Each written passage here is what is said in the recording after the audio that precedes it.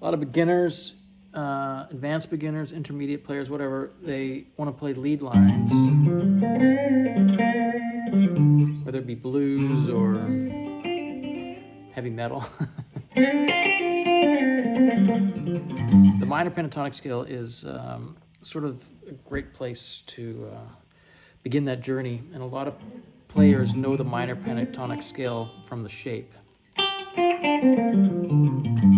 but they're not comfortable playing it in other positions.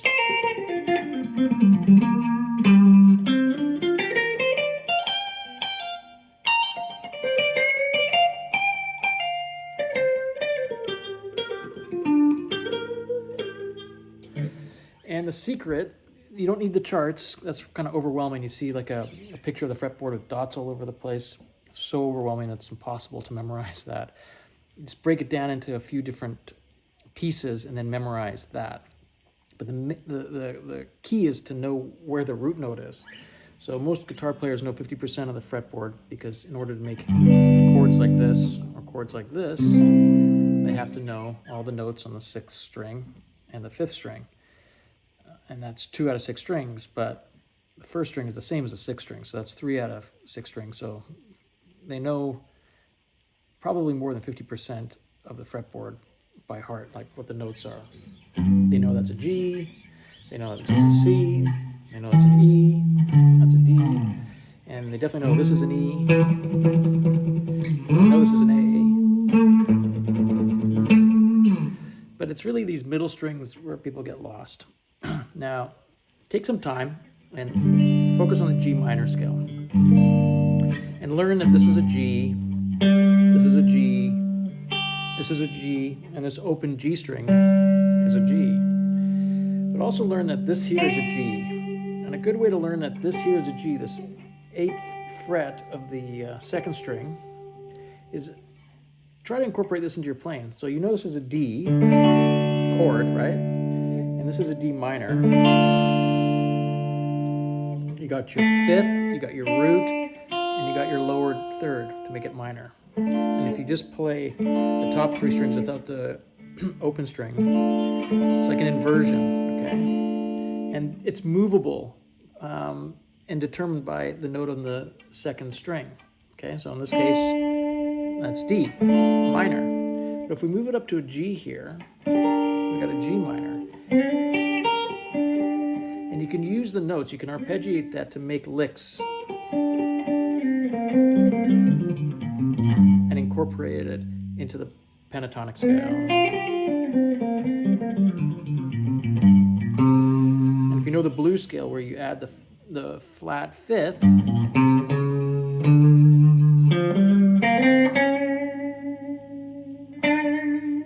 then you can link the two. So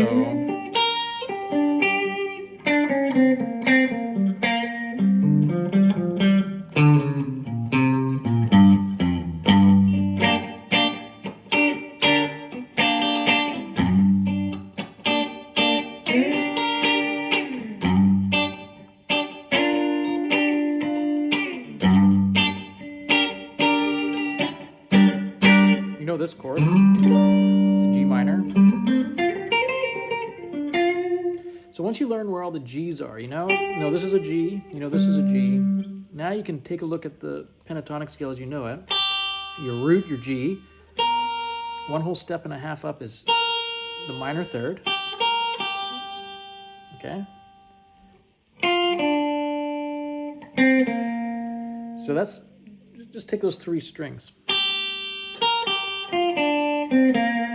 Or just take these 2 strings. Now you can replicate that wherever you know where that G is.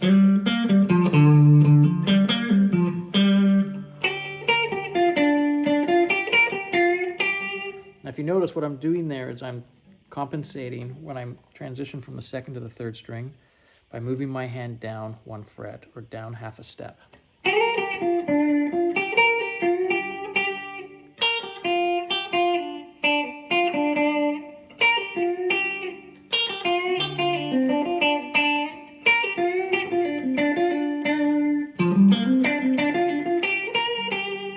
So this scale is basically like this. Right? And you just got to get your eyes used to seeing that like you see this.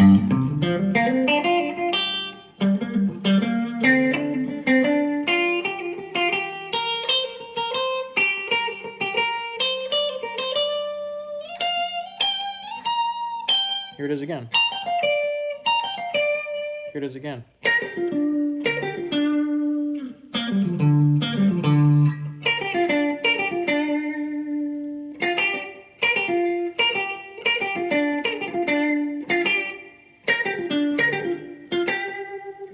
Right?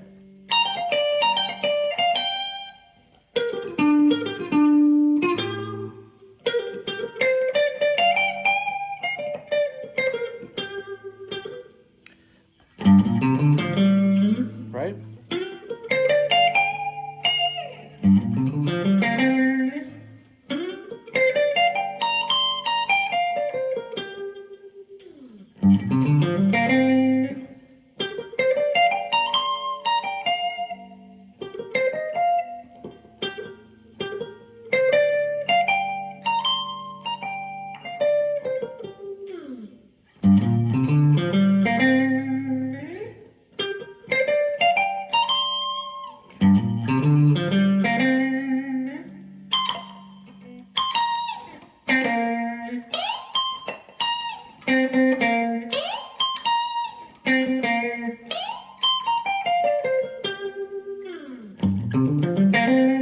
Then you can take licks like you go, and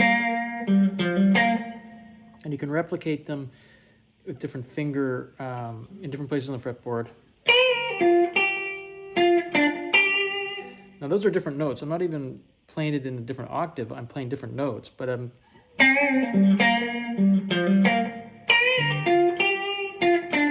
be the same as going like this.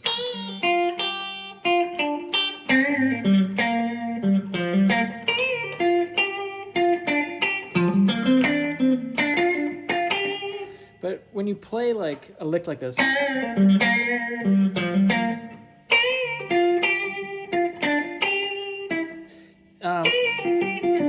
different positions on guitar lend to different sounds, you know, because you can do these hammer-ons and pull-offs.